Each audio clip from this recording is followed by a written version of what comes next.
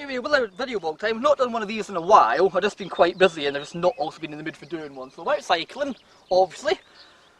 I'm in a new skinsuit. When I say new, somebody gave it to me, who then somebody gave it to him. So it's, I think about 4 people had it before I've got it. I like it, but it's not designed for cycling. In fact, the person that first had it did long jumping, a pole jumping, or some other sport wearing it. So what I like about it, it's got no padding, because normally cycling sorts have a hell of a lot of padding there, and this one doesn't have that, so again it feels a lot more tighter. The only thing I will say, I'm just not 100% in the colour, because orange, is it red? I think it's more orange, isn't really my colour. Red's my colour, but orange isn't, but I do like it. It's also a thing how strange having that thing, but I keep thinking I've got a necklace on, when I quite clearly don't. So I hope you like this, but so if you go to my website, gordon-valentine.com, I've got a fair number of photos of me wearing it. It's just nice wearing something different. But you can also tell that I've got a perfect tab as my arms are a bit white. So anyway, what else have I been up to? I was up in Scotland with my friend Nick. We had great fun. We went off about everything we could, and it turned out we could have had better weather. It was down in England. It basically did nothing but rain the whole trip. When we were in Scotland, it didn't rain once. Put it this way, we both got burnt on the first day of going to Scotland. It was a bit embarrassing, but the next day, just like, why did we get burnt? So on the Sunday we drove up, so we stopped off at Richmond, went to the castle, which is really good. I've not been to Richmond in about 10 years, I've how nice it was. So again, Nick really enjoyed that, because Nick quite likes castles, so we were there for 2 or 3 hours, I think it would have been. Just walking around the castle, walking around the town, went down to the river and had a look in there, and then we drove the rest of the way up to Gretna, which is basically the border between England and Scotland, so we went down to sign there, took some photos there. And also when we were down there, we met some people that were cycling from Land's End to John O'Groats. I really should have got the name, but they were just doing it for the fun of it, so I just got speaking to them and said I'd done it 10 years ago, and had a bit of a chat about it. It was really nice. But my opinion, they were doing it easy, because they had somebody in a camper van following them, so they had all the gear, and I did it. I literally carried everything by myself. It's also amazing to think that was 10 years ago this year that I did that. And then the day after that, we went up to the house station in Scotland, Crowyer, I can never pronounce it right. Anyway, the house station in Scotland, or the UK actually, it's 400 and something metres above sea level. As I've been there once before, but it was also nice as this time I took Nick with me, and then also my friend Neil went with me last time went up. So it was just nice sort of seeing somebody else's reaction on the line going, oh my god, look at that scenery.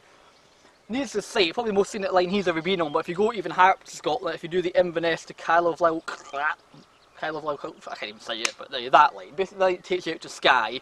If you do that line, and they reckon it's even more scenic than the West Highland line. Bit of debate about that, I'm not saying.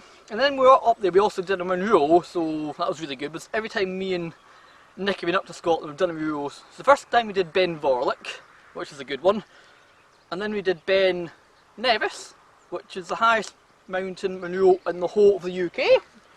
And this one we did was quite easy, because when you get to the railway station you're basically halfway up. So, but even then you still did 400 metres of climbing, it sort of went up like that, and then you sort of went up the sort of ridge and went up that way. But it was quite hard going, because I've not done any like, proper hill walking in a long time, so I've been doing lots of canals. Your legs just get used to going in straight lines, so when you sort of go up a real steep hill, I did really notice it. But it was a nice day though, because we got burnt that day, which is a bit embarrassing, but actually that day was absolutely amazing, couldn't have been a better day for it. And then we got the train back again. I was really happy that it was a every railway station I've not done before. I can't even begin to pronounce it anyway. I was looking at my website, it's got all the railway stations I've been to and I'll list it there. And then the next day, we went to do the Falkirk tunnel, which is the longest canal tunnel in Scotland. I think it's 500, 600 metres long, something like that, which is, may not sound long, but it's the longest canal tunnel I've ever walked through. There's lots of ones in England that are far longer, but you don't have towpaths through it. It was also quite unique as well, because it wasn't a line tunnel, so you get to look up and see the bare rocks that they sort of cut through, and they made it like 100, 200 years ago. It was also funny, it was dry outside the tunnel, but inside the tunnel it was literally like waterfalls coming down, so you got, not too wet, but you could see if you had lots of it, you would go absolutely drenched. And I must admit, that was probably my highlight, the whole the Scotland thing that I did, going for the longest canal tunnel in Scotland. It was just amazing. So if you're up near Falkirk, I recommend you do it. If you just Google Falkirk tunnel, you'll find it. And that was another good day we did. I did about 4 or 5 railway stations I've never done before, with 7 or 8 miles of walking, which was really good. Of course, for that point, me and Nick were okay, but I think Neil is feeling it, because he doesn't do that much walking to come up to Scotland, and he's also happy that I've gone again, because he gets the rest. And then the next day, Neil did his own things, the same I had to go and see my little brother, so me and Nick went around Scotland, not Scotland, Glasgow for the day, which was really good. We went to the Underground. He'd never been up before. He's been in the London one, but never the Glasgow one before, which he really did enjoy. But again, if I'm on my website, you'll see photos of him on it, looking really happy.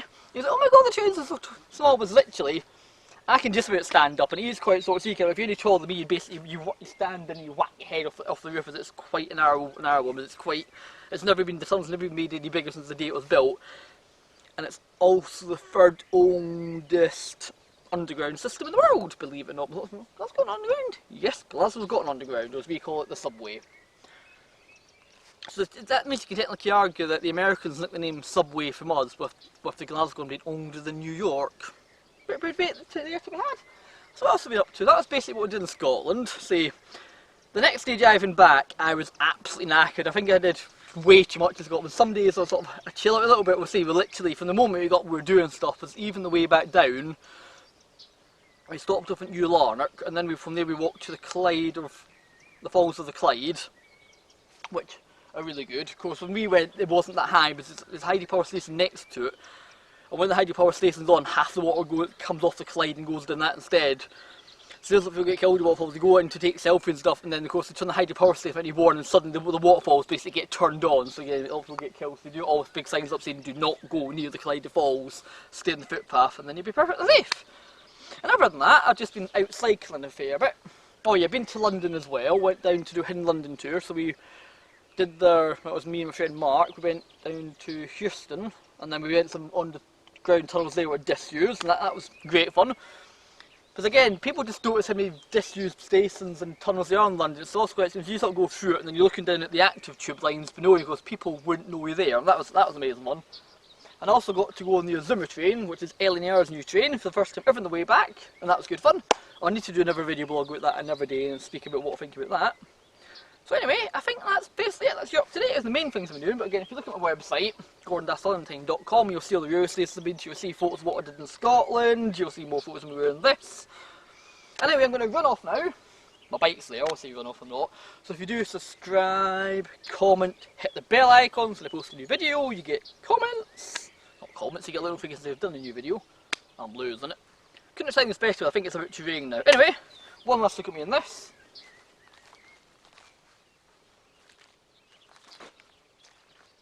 And I'll speak to you all when I do another video vlog. Goodbye.